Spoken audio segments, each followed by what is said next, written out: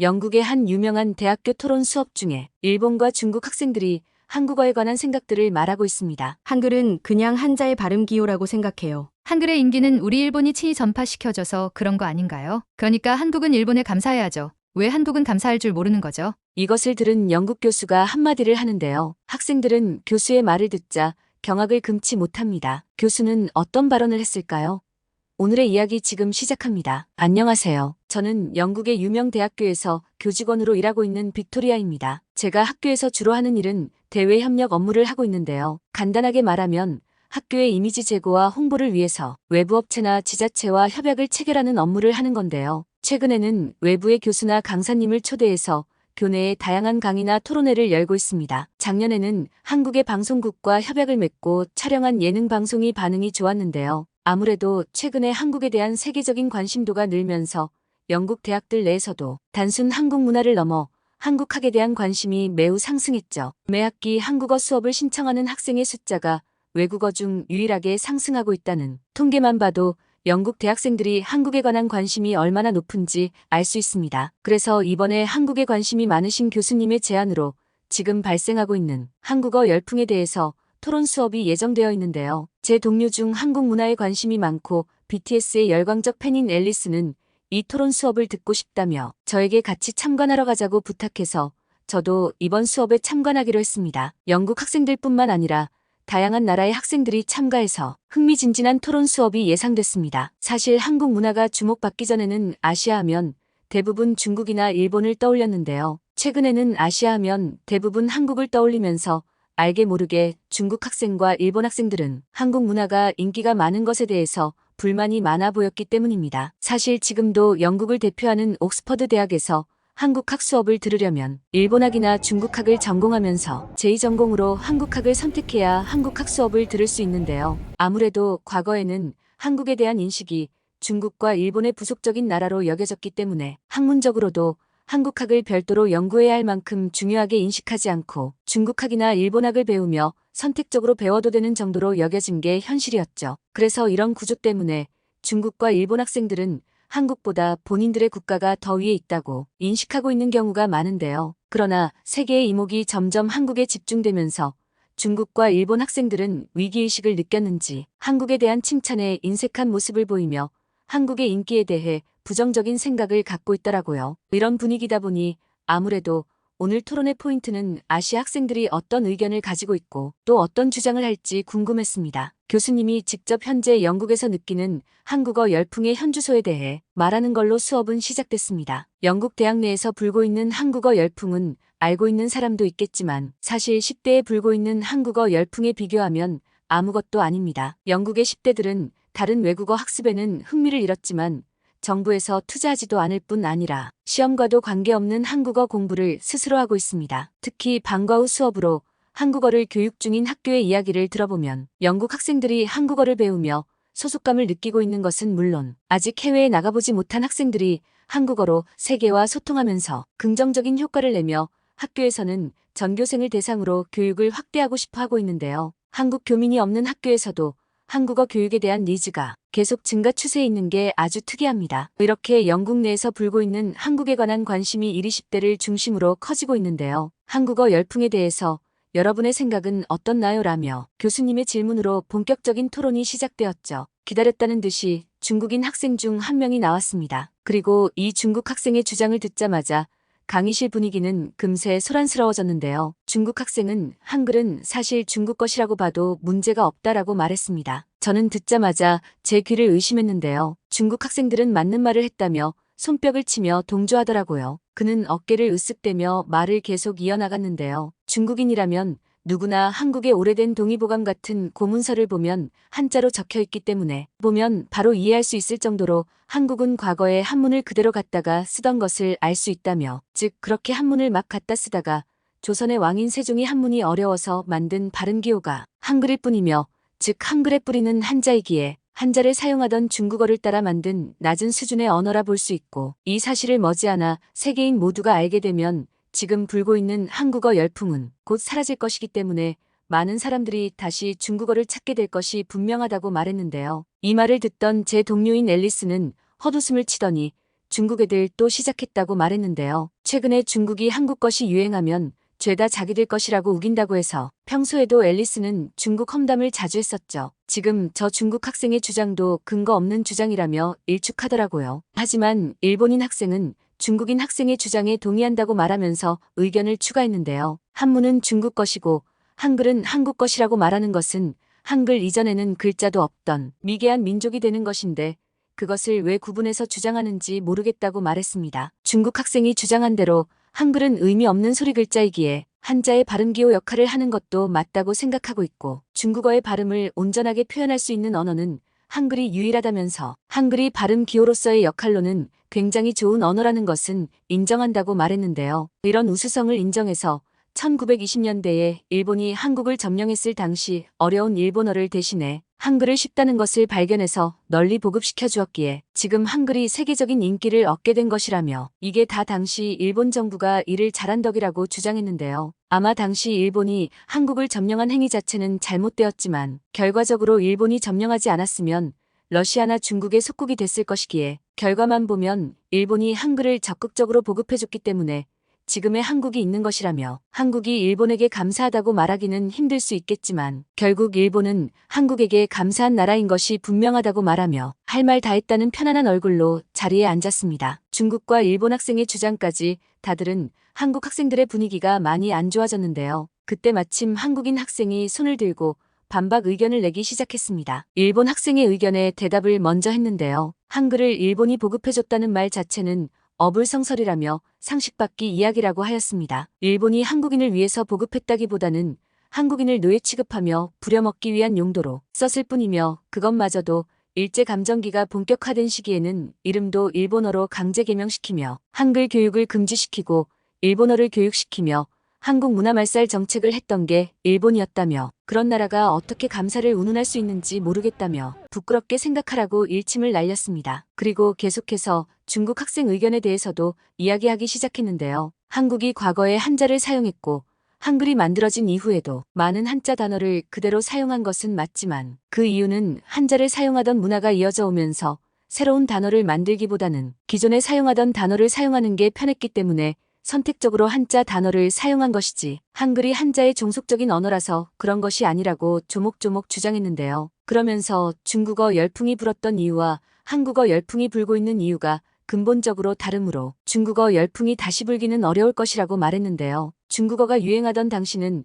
단순 필요성 때문에 배우는 인구가 많았다며 이 필요성은 중국이 거대한 땅과 노동력을 가지고 빠른 경제 성장을 하면서 발생시키는 자본력이 엄청났기 때문에 제2외 국어로서 가치가 인정받아서 배우는 사람이 많았던 것인데 중국 경제의 거품이 꺼지고 중국의 이미지가 많이 실추되면서 자연스럽게 그런 열기도 수그러들었기 때문에 이전처럼 경제를 다시 부흥하고 나라의 이미지를 회복하지 않는 이상 이전의 영광은 찾기 힘들 것이라고 말했는데요. 또 한국어 열풍은 단순히 지금 한국 문화 콘텐츠들의 인기 때문이 아닌 언어 자체의 매력 때문에 배우고자 하는 나라가 많아지고 증가하고 있으므로 중국어와 비교하는 것은 한글에 대한 신뢰라며 중국 학생 주장에 반론을 하였습니다. 저는 듣고 보니 한국 학생 의견이 좀 더 설득력이 있다고 생각이 되더라고요. 그때 다른 중국 학생이 의견을 내기 시작했습니다. 한국어의 인기를 언어 자체의 매력 때문이라고 주장했지만 거기에 대해서는 동의하지 못한다면서 사실 지난 20년 동안 음악, 드라마, 영화, 화장품, 패션, 음식 등 다양한 분야에서 한국의 문화가 사랑을 받으면서 영어권의 사람들이 한국어에 친숙해지기 시작하고 그에 따른 결과로 문화에서 파생된 단어들이 사용되면서 옥스퍼드 사전에도 한글이 26개나 등록된 것인데요. 한때 홍콩 영화가 유행하다가 사라졌듯이 한국 문화도 인기가 사라지면 자연스럽게 한국어의 인기도 시들고 사라질 것이라고 주장했습니다. 주장이 끝나자 중국 학생들은 맞는 말이라며 곧 사그라들 인기라고 동조하였는데요. 수업 중이었는데도 아랑곳하지 않고 자기들끼리 웃으며 시끄럽게 하더라고요. 아무리 토론 수업이지만 보기 좋지 않아 보였습니다. 그때 다시 아까 주장했던 한국 학생이 의견을 내기 시작했습니다. 맞습니다. 지금 한류라고 말하는 한국 문화의 인기는 언제 사그라질지 모르고 지금의 한글을 배우겠다는 열풍도 한류의 영향이 큰 것도 인정한다고 했는데요. 하지만 지금 한국어를 배우는 세대가 10대에서 20대의 어린 세대가 주를 이루는 것을 보면 한국어의 성장 가능성은 아주 밝다고 말했습니다. 거기에 맞춰 각 정부에서도 발빠르게 움직여 대학 입시에 제2외국어로 한국어를 채택한 국가 수가 2014년에 4개에 불과했지만 지금은 일본, 프랑스, 태국 등 10개가 넘으면서 점점 한국어의 가치가 인정받고 있는 것을 알 수 있다고 말했습니다. 아직도 한국어의 인기는 증가 추세에 있으며 단순히 취미 활동뿐만 아니라 한국어를 배우는 게 스펙으로 인정받고 있기 때문에 이 증가 추세는 쉽게 사그라지지 않을 것이라고 말하면서 근거가 될 만한 사례를 말했는데요. 일단 베트남에서는 한국어를 배우면 대졸 초임이 2배 이상 높아지면서 기존에 확고하게 자리 잡고 있던 일본어의 인기를 한국이 넘어서기 시작했는데요. 베트남에서는 단순히 한국어를 잘하는 사람이 많아질 뿐 아니라 높은 학구열에 힘입어 한국어 붐이 불고 있고 심지어 일본에서도 한국어 인기가 오르고 있는데요. 한국어 강사가 되기 위한 일본인들까지 합세하면서 한국어를 배우고자 하는 일본인들 숫자도 가파른 상승세에 있다고 말했죠. 그러면서 영국에서의 한국어 인기의 재밌는 점은 학생들이 스스로 한국어를 공부하고 싶어 하면서 정부의 한국어 수업을 요구하기 때문인데요. 이런 상향식 방식으로 한국어 교육 열풍이 퍼지고 있는 것만 봐도 한국어의 인기는 이제 시작이라고 봐도 될 정도로 가파른 상승세에 있습니다. 한국어 학당이 있는 나라의 수가 전 세계를 통틀어 250개가 넘고 42개국 1806개의 초중학교가 한국어를 선택 과목으로 채택하였는데요. 일본이 550곳, 미국이 171곳을 채택하며 한국어 수업을 가장 많이 채택한 나라입니다. 지금도 계속 증가 추세에 있다는 것에서 고무적이라고 볼 수 있으며 정부에서 나서서 정규 과목으로 채택하는 것으로 볼 때 단순히 한국 콘텐츠 인기 때문에 흥미로 배우는 수준을 넘어섰고 한국어를 배우는 것이 전 세계적으로 추세가 되고 있는데요. 이렇게 점차 영향력까지 무시할 수 없는 수준으로 성장하고 있기 때문에 한국어의 인기는 당분간 사그라지지 않을 것이라고 말했습니다. 가장 대표적인 사례로 인도를 꼽았는데요. 인도의 수도 뉴델리에 있는 국립대학교 한국어과에 지원한 학생이 무려 10만 명이 넘어서 경쟁률이 3,300대 1을 기록했고 뉴델리 주재 한국문화원에도 한국어를 배우려는 인도인들이 매일 증가하고 있다고 하더라고요. 한국어의 인기가 생각보다 굉장했는데요. 사실 저도 자세히 알지는 못하지만 한국어의 인기는 체감하고 있었어요. 하지만 영국에서 한국이라는 나라 자체를 인식시킨 지는 얼마 되지 않았는데요. 2012년 사이에 강남 스타일이 영국의 음원 차트에서 1위를 하면서 영국인들은 한국이라는 나라를 인지하기 시작했는데요. 하지만 한국 문화에 대한 관심까지는 이어지지 못했습니다. 본격적인 한류는 BTS가 전 세계적으로 사랑받는 한류 스타가 되면서 시작되었는데요. 2019년에 세계적인 가수들만 설 수 있는 웸블리 콘서트장을 가득 채웠죠. 그 숫자는 무려 6만 석이 넘는 대기록이었습니다. 이때를 기점으로 영국 언론사들은 한국에 관한 기사를 다루기 시작했고 토트넘의 손흥민의 인기와 더불어 오징어 게임과 같은 한국 드라마가 넷플릭스를 통해 대박 행진을 이어나가면서 영국인들의 한국 문화에 대한 관심은 사랑으로 바뀌었습니다. 그 결과로 영국 시내에 나가면 한국어 노래를 쉽게 들을 수 있었고 메뉴판이나 안내판에도 한글이 적혀 있는 것을 어렵지 않게 볼 수 있게 되면서 저도 모르는 사이에 한글에 익숙해져 있었는데요. 오늘 토론 수업을 들으면서 왜 제가 한국에 대한 호기심이 자연스럽게 생긴지 깨닫게 된 것 같았죠. 수업에 참여한 중국 학생이나 일본 학생도 깨달은 듯 더는 말없이 조용히 있었는데요. 그러자 교수님은 아직 모르고 있는 학생들이 있는 것 같은데 정확하게 영국에서 한국어의 위상을 명확하게 알려주시겠다고 했는데요. 영국 일간지 가디언의 기사를 인용하면서 말을 이어나가기 시작했습니다. 한국이 만든 파도가 영어의 바다 위에서 잔물결을 일으키고 있다라고 말하며 한국어가 이제 현대 영어의 어휘까지 영향을 미치고 있다는 사실을 인정하고 있는데요. 그 결과로 옥스퍼드 영어 사전에 한글이 대거 추가될 예정이라고 말했어요. 사실 2021년에 26개의 단어를 추가하면서 100개는 더 추가할 수 있겠다는 게 옥스퍼드 영어 사전 편집자들의 의견이었는데요. 그들도 한국 단어들을 추가하면서 한국 문화만큼 글로벌한 단어 생산률이 높은 문화권이 없다며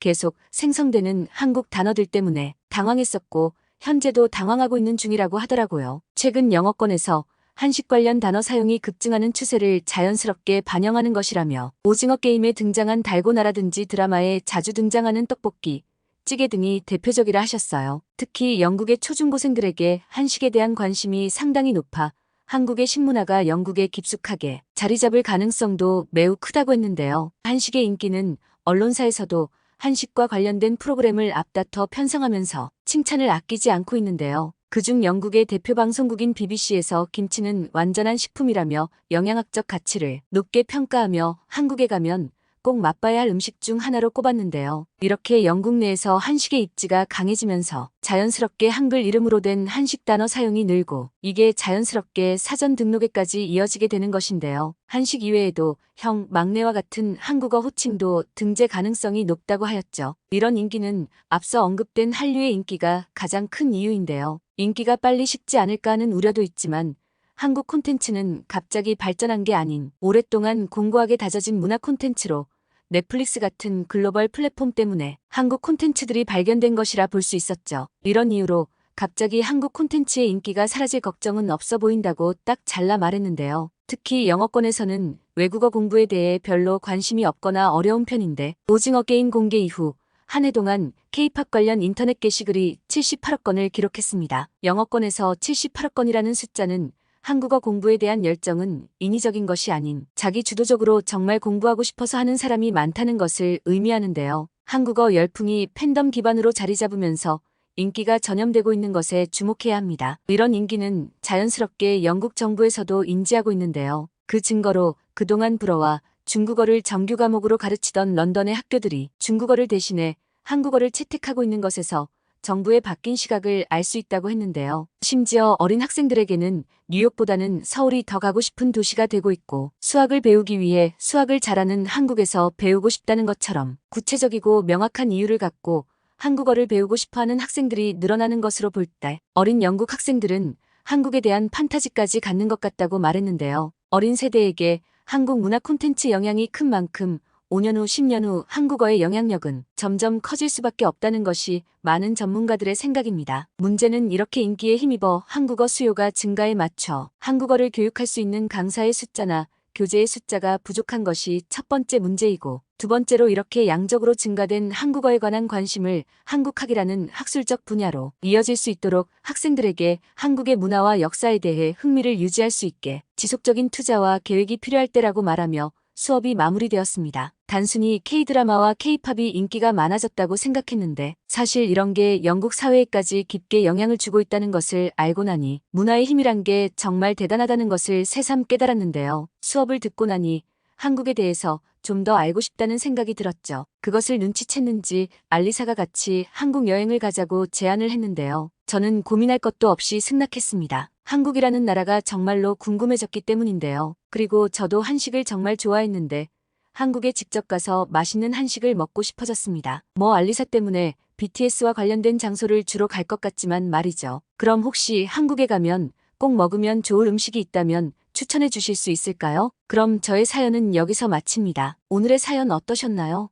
빅토리아 때문에 영국의 명문 대생들의 한국에 관한 생각들을 알 수 있게 되었는데요. 빅토리아가 한국에 여행 와서 좋은 기억만 남기고 가기를 바랍니다. 여러분들도 빅토리아가 좋은 기억만 남길 수 있도록 댓글로 추천 부탁드릴게요. 그럼 오늘도 시청해주셔서 감사합니다. 지금까지 감동 카페의 주인장 소연아였습니다. 시청자님의 구독과 좋아요는 영상 제작에 아주 큰 힘이 됩니다.